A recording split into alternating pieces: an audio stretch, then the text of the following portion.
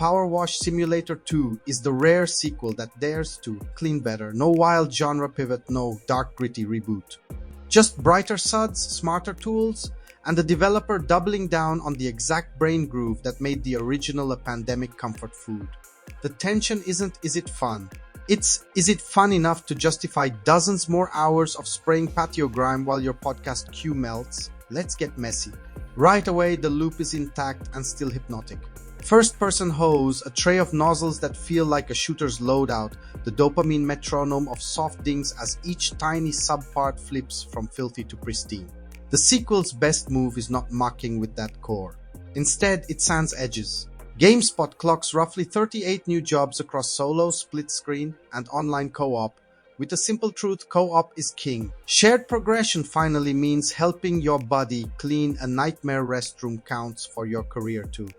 That's a quiet revolution for a series where the job list can stretch well past your attention span. Tools got a promotion. The Swirlforce Surf Ace is the headliner. Think floor buffer strapped to a pressure washer. On broad, flat surfaces, it chews time off the clock if you use it as a first pass before fine work. Shacknews was lukewarm on one circular sprayer, feeling weaker than expected, but still praised the overall kit refresh, especially how frictionless it is to buy, sell, and experiment mid-career. The sequel throws in scissor lifts and abseiling verticality toys that COGconnected calls game changers. Lifts make roofs routine. The bosun's chair lets you glide across billboards and climbing walls like a careful Spider-Man. There's a touch of jank on dismounts, but the vibe shift is real, less fiddling, more flow. Levels aren't just bigger, they breathe. Some jobs hide nested phases. Clean the square in the sidewalk, reveal a pop-up bathroom, ride it down, finish the new inner walls, then step inside for the finale. The time-lapse recap still stitches your chaos into a minute-long competence fantasy, even if you saved and returned 10 times. And the world reacts more. Doors swing open. Sweepers power down, rocking chairs rock. It's subtle, but it gives each site identity beyond yet another wall. The new hub is a Sims-like lounge you decorate with found furniture after cleaning it, because of course. Right now it's thin on cosmetics, but given how the first game turned into DLC heaven, expect this to grow legs. Meanwhile, the whole presentation pops harder. Color choices lean candy store bright, oranges, baby blues, lemon yellows, and glass gleams when you cut through gunk. Controls default to saner bindings without alienating purists. If someone is PowerWash curious and skipped the first game, start here. So where do critics split? Start with scope versus novelty. Shacknews happily calls it more of the same with a smile, arguing the pile of quality of life upgrades, split screen, shared progression, better dirt highlighting, smoother scaffolding justify sequel status. COGconnected goes further, lauding a revamped soap system mapped to a free all-purpose sprayer that instantly solves stubborn stains, plus customizable dirt highlight colors for accessibility and clarity. On the other side, GameSpot dings it as a safe sequel. Lots more content, not much new feeling, and audio that remains basically ignorable. That last bit matters. This is a quintessential podcast game. The little story, yes, the Merman statue soap opera continues via text pop-ups, is charming, but the game doesn't put that tale in your ears. You can play on mute and miss nothing vital. Pacing also splits opinions. In solo, the longer jobs flirt with burnout, especially at the dreaded 99% pixel hunt. Even with improved dirt vision and checklists, that last crumb under the slide will test your patience. Shacknews admits those moments still send you outside for air, grateful the game saves anywhere.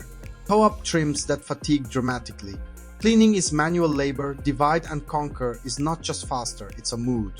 Let's talk friction. Not all tools feel equally impactful. That circular panel sprayer can disappoint if you expect it to be a magic eraser. Abseiling occasionally snags. And while the customizable hub is a delightful idea, cosmetic options are basic at launch. The audio-visual profile is still utilitarian. If you wanted a lo-fi beats radio built-in, sorry, you're the DJ. For some, that's a feature. For others, it's a missed opportunity to give the game its own sonic identity, beyond shish. So is there a story worth spoilers?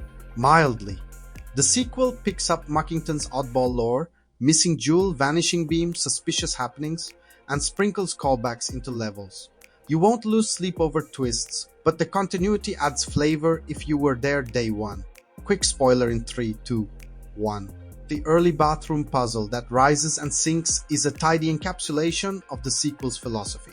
Surprise with staging, not systems, then let you do your meditative thing. Spoilers done. Platforms and timing matter for your crew. PC, PS5, Xbox Series XS, and Switch 2 on October 23, 2025, with split screen on consoles and cross-session value in that co-op progression. If you're building a weekend co-op rotation, this slots in cleanly next to your usual horde shooters as the talk and do chill night. Veteran Games take. PowerWash Simulator 2 is a textbook iterative sequel, and that's not a dig. It's a better on-ramp for newcomers and a kinder treadmill for veterans. The great additions are quiet, shared progression, vertical tools, smarter dirt finding, brighter feedback. When you hit flow, it's still time dilation in a bottle. When you don't, it edges into overtime shift. If you bounced off the first game's vibe, nothing here will convert you. If you loved it, the sequel gives you reasons to play more, and ways to make the more feel less like work. If this kind of no BS deep dive is your thing, hitch a ride with Veteran Game and hit subscribe. If you're nodding or rolling your eyes at the 99% gremlin, drop a like so this take doesn't get lost under a layer of forum dust. Let's end with a prompt worth arguing. Should FutureLab keep polishing the Zen, or is it time for a wild expansion, soundtracks, narrative voiceovers, even challenge modifiers that flip the job script? Clean minimalism or curated chaos? What makes the best wash?